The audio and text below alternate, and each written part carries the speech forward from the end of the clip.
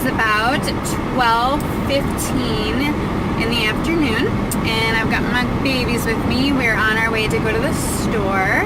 I'm all excited because since my trip to Asia, we have kind of brought like a whole new world of food to our house, which has been phenomenal. So you know when you go to the store and you're like, okay, it's the same crap all over again. And this has given me an opportunity to just like spice it up a little bit. So we're on our way to go get some peppers and some stuff for my chicken karai, which is my new favorite food in the world. So I got Jazzy Sparkle with me. Jazzy Sparkle, say hey! And I got Epic Gamer Hayden over here. You'll have to like keep your head in and say hi. Say hello! So yeah, that's kind of what we're up to now. Maybe play some tunes here and see what's on the right. Let's keep doing that.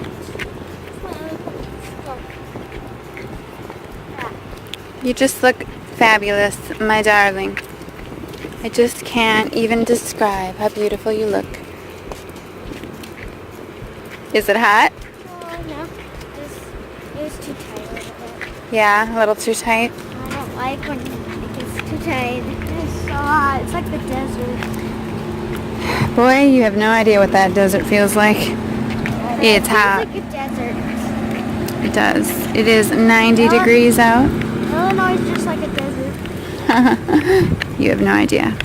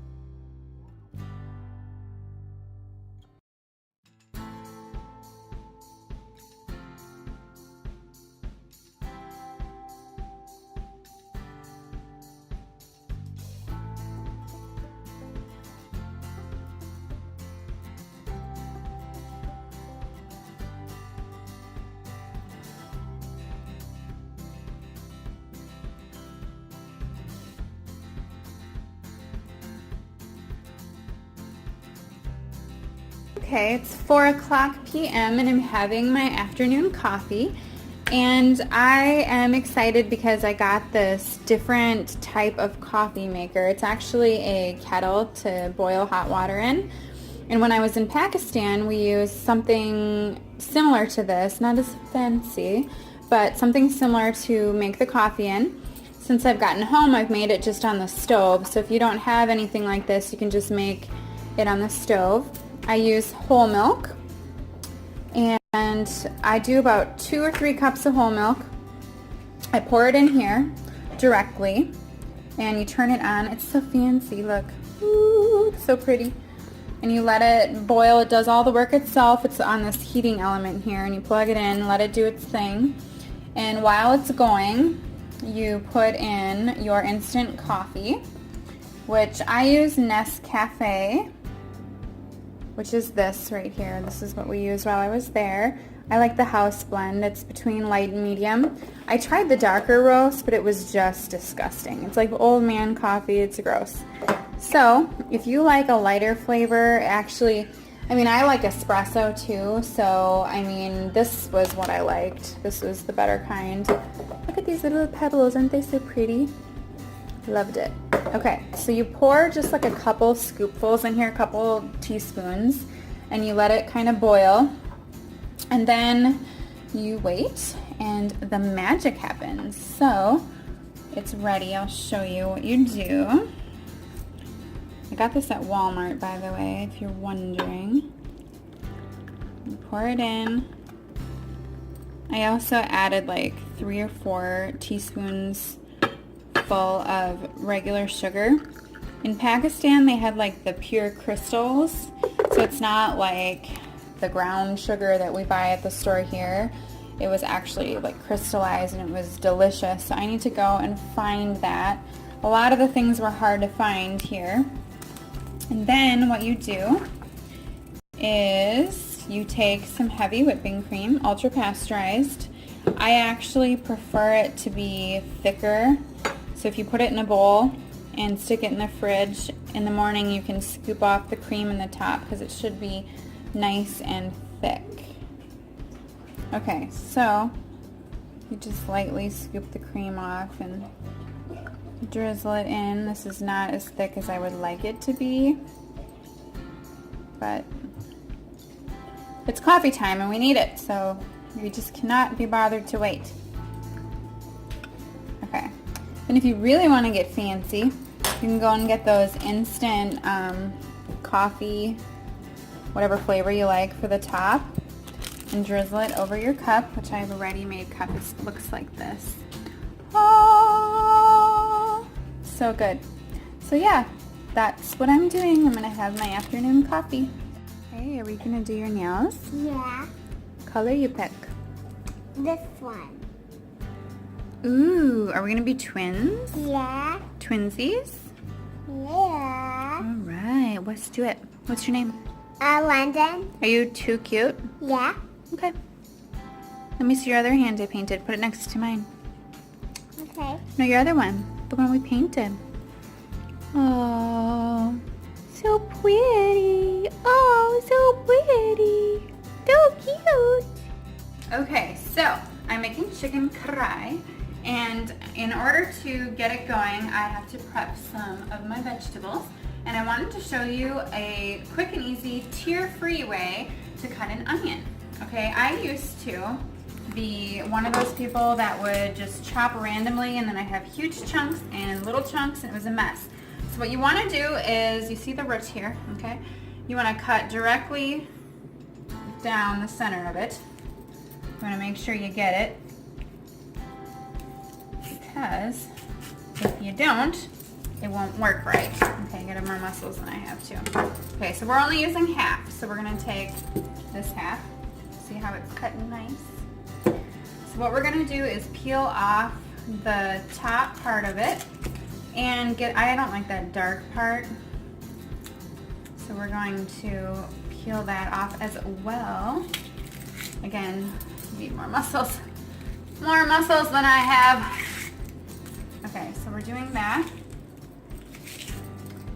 And then what we'll do is take our knife, lay it flat, and what you're going to want to do is get your knife as close to the root as you can without actually slicing all the way through. You never want to slice all the way through it so that it, you want it to be attached. And then you go as far as you can, however big you want your onion to be, however thick, so that it's still intact and you get the right size you need. Okay, still intact and nice. You move it together. I'm going to chop that part off there so we don't have all those scraggles.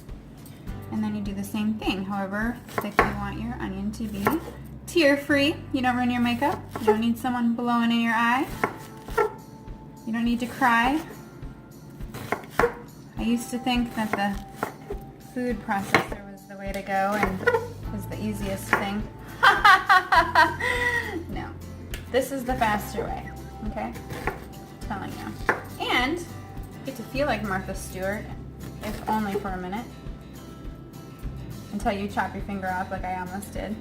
So yeah, we have our onion, and it looks all nice and proportioned.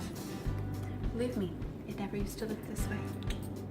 Okay, so I am making chicken karai, and I baked the chicken whole for about an hour and a half. Now usually you fry it up, however I wanted to kind of get it cooked a little bit and nice and brown in the oven.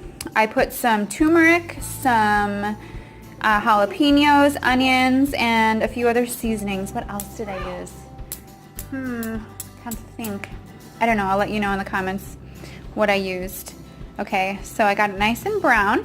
And then what I'm going to do is use the juices that were in it from all of the seasonings, and I'm going to pour it into my frying pan and kind of get the sauce going for the curry. So stay tuned.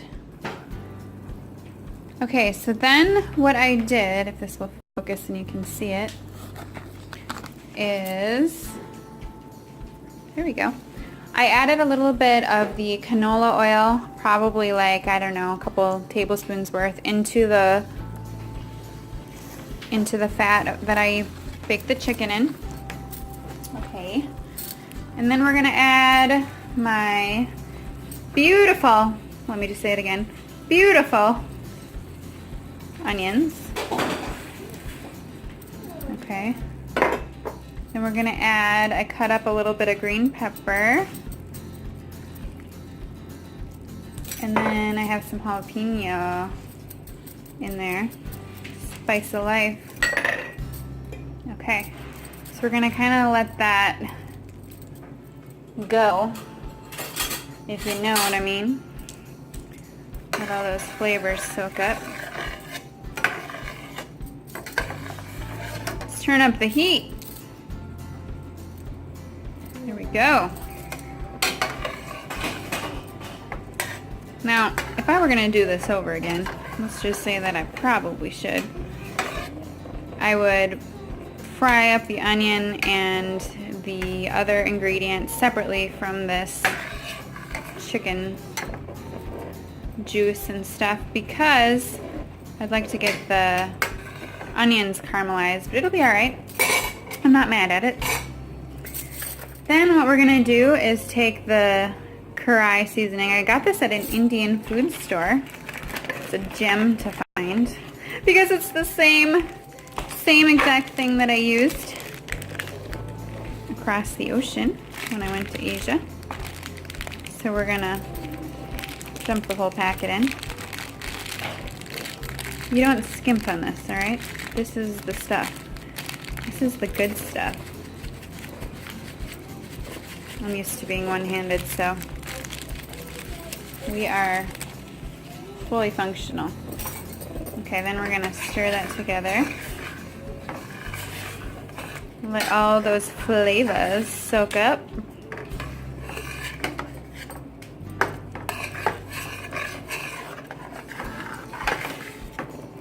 Let that boil and simmer for a good 10 minutes or so. And then we're gonna finish off the chicken in here. Stay tuned. So we have our chicken all cut up nice. We're gonna take what we want, okay, and we're going to add them to this amazing dish of delicious, okay? It'd probably be wiser to move the plate. Okay, so we're gonna take our chicken and let it soak up those juices of the curry, the karai. I'm gonna save those breasts for tomorrow's dish. Just kind of let it all soak together.